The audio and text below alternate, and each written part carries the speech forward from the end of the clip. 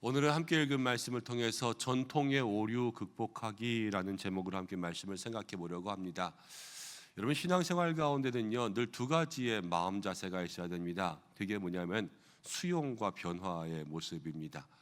늘 우리의 마음속에 무엇인가 받아들일 준비가 되어 있어야 되고, 받아들인 것을 통하여서 변화할 삶의 모습들이 준비되어야 됩니다. 그게 신앙의 기본이에요.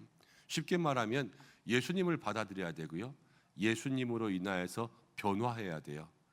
예수님을 받아들일 준비가 되어 있지 않으면 제대로 된 신앙의 삶을 살 수가 없고, 예수님을 받아들였는데 내가 죽고 예수님으로 변화되지 않으면 그것도 신앙생활이 잘못 가고 있는 것이죠. 날마다 우리가 진리의 말씀을 듣지 않습니까? 이 말씀을 받아들이는 것도 수용이죠. 그리고 이 말씀대로 사는 것도 변화예요. 그래서 신앙생활은 수용과 변화, 이 두 가지가 우리의 삶에 있어야 된다는 거예요. 근데 이 두 가지를 잘 못하는 그것 중에 하나가 전통의 오류라는 것이 있습니다. 전통의 오류라는 것은 쉽게 말하면 그냥 옛날 것 가지고 사는 거예요. 그래서 옛날엔 이랬는데 그러면서 요즘에 바뀌지 않는 거죠. 저는 이런 것들을 언제 많이 느끼냐면, 요즘에 이제 아이들이 커가니까 아이들 공부할 때 이런 거 많이 느낍니다. 요즘에는 공부 스타일이 완전히 달라졌어요. 옛날에 저 공부할 때는 유명한 거 있잖아요. 사당 오락. 4시간 자면 붙고 5시간 자면 떨어진다. 그래서 무조건 오래 앉아 있어가지고 그냥 문제집 열심히 풀고 그러면은 다 대학 가는 줄 알았어요. 근데 요즘에는 그렇게 대학 가지 않더라고요. 대학에 진학하는 방법이 뭐 수시 모집, 정시 모집, 여러분들도 아시겠지만 그런 모든 방법들이 있고, 학교마다 정해진 방법들이 있고, 원하는 과마다 준비해야 될 것들이 있어요. 그래서 옛날처럼 그렇게 무식하게 책상에 오래 앉아 있다고 다 대학을 가는 게 아니잖아요. 그럼 이제 그런 방법들을 받아들여야 되죠. 그리고 공부해야 되죠. 그런 것들대로 준비를 해야지만 자기가 원하는 곳으로 진학할 수 있는 길들이 열리는 것이죠. 이건 받아들이는 거예요. 왜냐하면 시대가 변했으니까. 공부하는 것은 똑같은 전통이지만 그러나 방법들이 변화되고 우리가 해야 될 일이 바뀌는 것이 있죠. 신앙생활도 그런 것들이 참 많이 있습니다. 우리가 그냥 옛날엔 이랬어 그러다 보면 새로운 사람들을 받아들일 수가 없어요.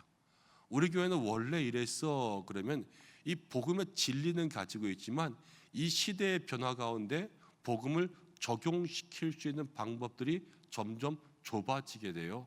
그러니까 우리의 신앙생활이 우리 안에 갇히게 되는 거죠. 오늘 말씀 가운데도 그런 내용들이 나옵니다. 요한복음 8장은 처음에 요한복음 8장 첫 번째는요, 가늠한 여인이 잡혀와서 사람들이 예수님을 시험하려고 할 때 예수님이 죄 없는 자가 돌로 치라 그랬잖아요. 이제 그 말씀 이후에 오늘 89절까지 긴 말씀이 이어지는데 가만히 집중해서 보지 않으면 이 내용들이 무엇을 말하고 무엇을 얘기하는지 정말로 알기 어려워요. 요한복음 8장은 그렇게 쉬운 내용들이 아니거든요. 근데 가만히 이제 이것들을 정말로 쉽게 요약하면요, 예수님이 그 사건 이후에 이제 유대인들에게 내가 세상의 빛이다 그러셨어요. 세상의 빛이다. 예수님이 이 땅 가운데 빛으로 오셨죠. 모든 어두움, 죄로 물든 사람들의 그 어두움의 영혼들을 밝혀주기 위한 세상의 빛으로 오셨습니다. 그리고 그 예수님을 만나면 예수님을 통하여서 진리를 만나게 되는 거예요. 그래서 너희가 진리를 알지니 진리가 너희를 자유케 하리라 이렇게 말씀하셨습니다. 근데 유대인들은 그 말을 다 이해할 수가 없었잖아요. 예수님이 세상의 빛이라는 것을 받아들이지 못했고, 예수님이 진리라는 것도 받아들이지 못하고, 결국은 예수님이 하나님의 아들, 하나님께서 보내신 분이라는 것을 받아들이지 못했어요. 그러니까 이 두 가지의 이해가 계속해서 8장 가운데 충돌하고 있는 거예요. 이 유대인들이 받아들이지 못하는 수용과 변화가 없는 이 영적인 무지함과 예수님은 깨우쳐 주려고 하는 이 빛 대신 나는 빛이다 어두움들아 나를 통하여서 밝아져라 말씀하시는 이 가르침이 여기서 부딪히고 있으니까요, 사람들이 그 속에서 이해하지 못하고 예수님을 오히려 핍박하고 조롱하고 마지막에는 결국 돌로 치려고 하는 그러한 모습들이 나타나고 있어요. 몇 가지 구절만 잠깐 보려고 하겠습니다. 48절 말씀 가운데 보면 이렇게 나옵니다. 유대인들이 대답하여 이르되 우리가 너를, 여기서 너라는 분이 바로 예수님이죠, 사마리아 사람이라 또는 귀신 들렸다 하는 말이 옳지 아니하냐. 유대인들이 예수님에게 사마리아 사람이라 그러면 유대인들은 사마리아를 무시했거든요. 거기는 이제 이 구약 시대에 아수르에 멸망하면서 영적으로 또 인종적으로 혼혈이 되고 잡종이 되었다고, 너희는 거룩한 백성의 순결함을 잃어버렸다고 무시한 그런 말이었어요. 예수님을 무시하고 귀신 들렸다, 예수님에게 귀신 들렸다 그러는 거예요. 그러면서 예수님을 무시하고 조롱하는 말을 하고 있죠. 그렇지만 예수님은 그렇게 이야기하지 않습니다. 나는 아버지를 공경하고 내 말을 지키면 영원히 죽음을 보지 아니하리라, 이렇게 51절 가운데 이야기하셨습니다. 사람은 한번 태어나면 죽는 것이 정해진 것이지요. 그렇지만 예수님은 또 한 번 유대인들이 모르는 얘기를 하셨어요.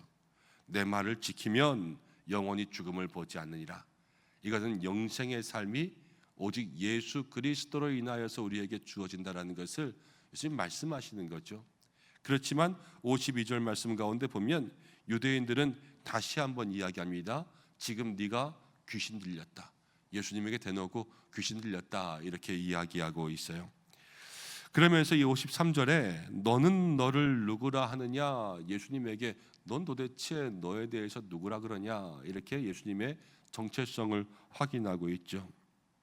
근데 54절부터 계속해서 읽어보는 말씀을 보면 예수님은 결국은 하나님께서 보내신 하나님의 아들이라는 것을 이야기해주고 있습니다.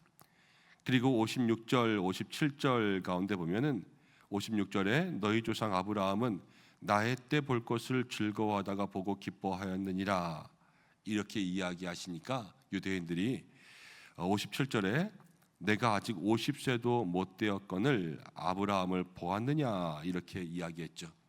여기서 유대인들의 감정이 폭발하는 것을 느끼게 돼요. 유대인들에게는 하나님은 유일신 한 분이셨습니다. 그런데 예수님께서 나는 하나님과 똑같다라는 것을 말씀하시죠. 그리고 아브라함은 유대인들에게 민족의 조상, 영적 조상이었어요. 그리고 바로 구약 시대의 창세기의 인물 아닙니까? 그렇지만 예수님께서 이 아브라함을 꼭 본 것처럼 그렇게 이야기하니까요, 유대인들은 이 두 가지를 받아들일 수가 없는 거죠. 이해할 수 없고 받아들일 수 없는 것 때문에 그들의 감정이 폭발하게 됩니다. 내가 믿고 있는 건, 내가 생각하고 있는 것과 현실이 충돌하게 되면요, 거기에서부터 사람들은 불편하게 생각해요. 여러분, 요즘에 이 나라를 보면요, 그런 게 너무 많습니다. 자기가 좋아하는 정치인이 있습니다. 그런데 그 정치인을 좋다고 생각하고 있다가 어떤 문제가 발생하게 돼요. 그럼 내가 좋다고 믿고 있는 것과 문제라는 것은 서로 충돌하지 않습니까? 그럼 거기에서 어떤 반응을 보이냐? 아, 이게 문제가 문제구나라고 보지 않는 거예요. 내가 좋아하고 믿고 있었던 것을 흔들리지 않기 위해서 사람들이 어떻게 생각하냐면, 야, 저거는 상대편 진영에서 꾸민 일이야, 이렇게 생각합니다. 이게 첫 번째예요. 그리고 두 번째는요, 아니 요즘에 안 그러는 사람이 어디 있어, 정치하는 사람들 다 뒤집어 까면 그렇지, 그러면서 그 모든 것들을 합리화시키려고 해요. 이게 믿음과 현실이 충돌할 때 많은 사람들이 삶에서 보여주는 모습이거든요. 이걸 객관적으로 보려고 하거나 아니면 그것들을 이해하려고 노력하지 않는다라는 거예요. 유대인들이요, 자기가 가지고 있었던 고정관념들이 있었어요. 하나님은 이러신 분이야, 또 아브라함은 이때 사람이야. 그렇지만 하나님께서는 새로운 진리, 예수님을 이 땅 가운데 보내주셨단 말이에요. 예수님을 받아들이고 우리의 마음 가운데 모시기만 하면 구원의 역사가 일어나는 건데 그러지 못했다라는 거죠. 여러분, 우리가 늘 신앙생활하면서 오늘 이 말씀을 통해서 나는 하나님의 말씀을 얼마나 잘 받아들이며 그 말씀을 귀 기울이며 내가 이해하지 못해도 알지 못해도 그 말씀대로 살려고 애쓰는가, 이것들을 돌아볼 수 있는 그러한 모습들이 있어야 됩니다. 우리가 예수님을 다 알 수 없죠. 하나님의 뜻을 다 알 수 없어요. 그렇지만 주님의 뜻이라면 순종하겠습니다. 이것이 믿음의 모습인 거예요. 아브라함이 그랬잖아요. 아들을 바치라 그랬을 때 알지도 못하지만 믿음으로 아들을 하나님께 드리려고 했어요. 그때 하나님께서 아브라함의 믿음을 칭찬하시면서 약속의 사람, 민족의 조상으로 복의 근원될 수 있도록 그렇게 만들어 주신 것 아니겠습니까? 우리들에게도 신앙생활에 그러한 것들이 필요하다라는 거예요. 주님 말씀이라면, 예수님께서 말씀하시는 것이라면 언제든지 내가 알지 못해도 따라가겠습니다. 내가 이 일을 통해서 어떠한 결과가 나타날지 몰라도 주님 말씀에 순종하겠습니다라는 그러한 마음들을 가지고 주님 앞에 기도할 때 정말로 우리가 보지 못하는 것들을 보게 되고 알지 못하는 것들을 경험하게 되고 하나님께서 예비하신 것들을 우리 가운데 허락하게 주시는 은혜를 누리게 될 줄로 믿습니다.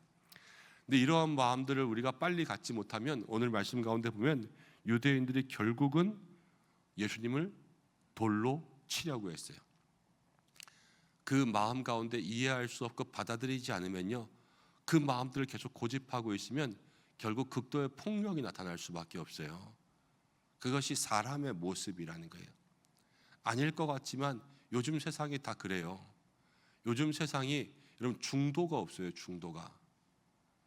중도가 없이 극도의 편향성이 나타나면서 사람들이 전부 다 받아들이고 정확히 중간에서 이쪽 저쪽을 보지 못하잖아요. 그러니까는 다 나의 의견과 다르면 다 상대방이에요. 대통령에 대해서 조금만 뭐라 그러면 넌 민주당이다 그러고, 또 아니면 뭐 민주당이나 이재명 대표에 대해서 뭐라 그러면 너는 그러면 국민의힘이다. 이게 같은 내가 국민의힘이면서도 대통령에 대해서 뭐라고 할 수도 있고 민주당이면서도 또 민주당 자체에 대해서 뭐라고 할 수 있잖아요. 아니면 그냥 정확하게 가운데 있으면서도 이야기할 수 있고, 그렇지만 이렇게 이야기하고 나면은 그냥 너는 이렇게 못 박아 버리는 거예요. 그것도 올바른 모습들이 아니죠. 특별히 교회는 그런 모습이 없어야 돼요. 요즘에 교회 안에서도 무슨 얘기하면 다 싸운다면서요. 그러면 안 되죠. 어떤 얘기든 할 수 있어야 되지만 요즘에는 안 하는 게 좋을 것 같고요. 그리고 마음 가운데 정말로 기도를 쉬지 않는 그러한 모습들, 그리고 우리들의 신앙 가운데는 그러한 모든 것들을 바라보면서 유대인들이 있어요. 너는 너를 누구라 하겠냐? 예수님께 물어본 것이지만 사실은 우리의 신앙생활에 되게 중요한 질문이에요. 나는 나를 누구로 보고 있는가? 창세기에도 보면 아담 가운데 하나님께서 너는 어디 있냐 그랬거든요. 이게 다 자기의 정체성에 대한 질문이에요. 나는 지금 어떠한 삶을 살고 있는가? 나는 어떠한 신앙의 모습을 가지고 있는가? 이것들을 주님 앞에 돌아보면서 나는 말씀을 잘 받아들이는 사람인가? 예수님 말씀하시면 그것들을 잘 수용하는 사람인가? 그리고 교회에서 진리의 말씀이 들리면 그것을 잘 받고 변화시키는 사람인가? 이것들을 생각해 보면서 날마다 우리의 삶이 먼저는 예수님을 받아들이고 또 예수님으로 인해서 변화하고 말씀을 수용하고 말씀으로 인해서 변화하고 내 안에 이해할 수 없는 것, 받아들일 수 없는 것일지라도 받아들이려고 애쓰고, 혹시 이해할 수 없는 것 때문에 미워하거나 분노하거나 공격하는 것이 있지 않은가 가정과 일터 가운데 돌아보면서 이 한 날을 오직 예수님과 함께 동행하며 살 수 있는 저와 여러분들 되시기를 주님의 이름으로 축복합니다. 함께 기도하겠습니다. 하나님 아버지 고맙고 감사합니다. 오늘 주님 앞에 나왔습니다. 사랑하는 저희들, 주님께서 붙들어 주시는 이 한 날을 살기를 간절히 원합니다.